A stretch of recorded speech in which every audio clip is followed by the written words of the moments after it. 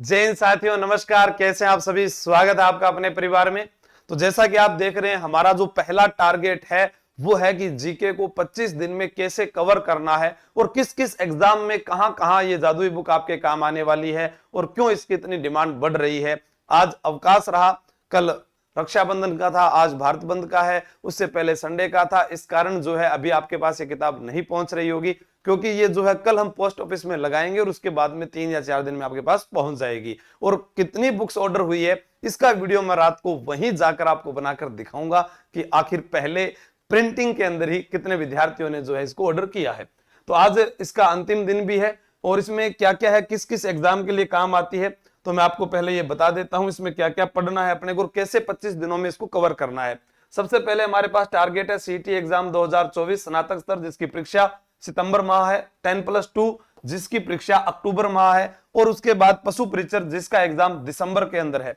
लेकिन हमें टारगेट इसको करते हुए पहले इसको कवर कर देना है। 25 दिनों में इसको पूरी कर देंगे। 25 दिनों में पूरी कैसे कर देंगे, चलो उसके बारे में बात करेंगे।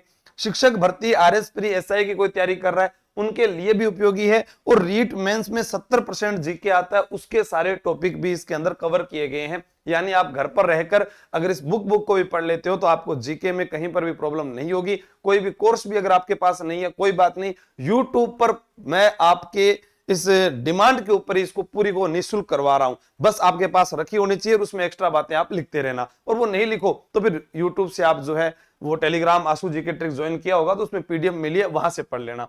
ठीक है, जो आपको मिलेगी कहां से, ये आप आज आपके पास अंतिम दिन है, तैयारी कर लो ऐप से आप ऑर्डर कर सकते हैं इसको। ठीक है, जिसके अंदर अभी तो सिर्फ सीईटी वालों के लिए, बुक सभी के लिए है। बाकी ये कोर्सेज का जो है अंतिम दिन है आज रात 12 बजे तक। तो जो साथी नहीं जुड़े हैं और जो जुड़ गए उनको ये लग रहा है कि हमारी अभी रिकॉर्डेड क्लासेस जो है वो तो मिल चुकी है, पर लाइव क्लासेस कब से आएगी, वो आज शाम 5 बजे से आपकी क्लासेस सारी शुरू हो जाएगी। तो ध्यान रखें 5 बजे आप जादुई बैच में जुड़ना न भूलें, ध्यान रखें उससे पहले। ठीक है, उससे पहले जो क्लासेस है वो किसी और अध्यापक की रहेगी, मेरी 5 से स्टार्ट है। ठीक, अब अपने बात करें इस पर बुक के बारे में, तो इसमें हम क्या करेंगे, हमने कल की क्लास में क्या पढ़ा, आइए उसके ऊपर बात करते हैं। जादुई बुक जिसमें मैंने लिखा है यहाँ इतिहास, कला, संस्कृति, भूगोल, अर्थव्यवस्था, राज्य व्यवस्था, स्टैटिक जीके 6 से 12 एनसीईआरटी और गत वर्षों के आए हुए प्रश्नों का समावेश आप इसमें देखते हैं, जिसमें हमने पढ़ लिया है अभी तक कल जो पढ़ा था। चल रहे भाई, हाँ देखो कक्षा 6 हम लगातार पढ़ेंगे, सारे टॉपिक इसमें आ जाएंगे। कक्षा 6 में कल हमने पढ़े थे 3 टॉपिक। कितने टॉपिक पढ़े थे कल?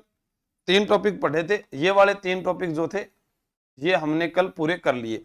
अब देखो इसमें क्या है, 12 ही पेज है। कितने पेज है? 12 पेज है। कक्षा 6 में 1 से लेकर 12 पेज। तो हमारा टारगेट है कि प्रत्येक दिन हमें 10 पेज पढ़ने हैं। अब 10 पेज चाहे वो 2 घंटे में पढ़े, उसके साथ एक्स्ट्रा बातें पढ़े, प्रश्न उत्तर और उसकी व्याख्या और उसके साथ याद होने वाले फैक्ट अपने पढ़ेंगे। तो आज पढ़ेंगे राजस्थान में प्राचीन सभ्यता स्थल। आप जानते हैं चाहे असिस्टेंट प्रोफेसर हो, आरएस हो, सब इंस्पेक्टर हो, फर्स्ट ग्रेड रेड कोई भी हो, सभ्यता स्थल हमारा मुख्य टॉपिक रहता है, जिसमें 5 सभ्यताएं।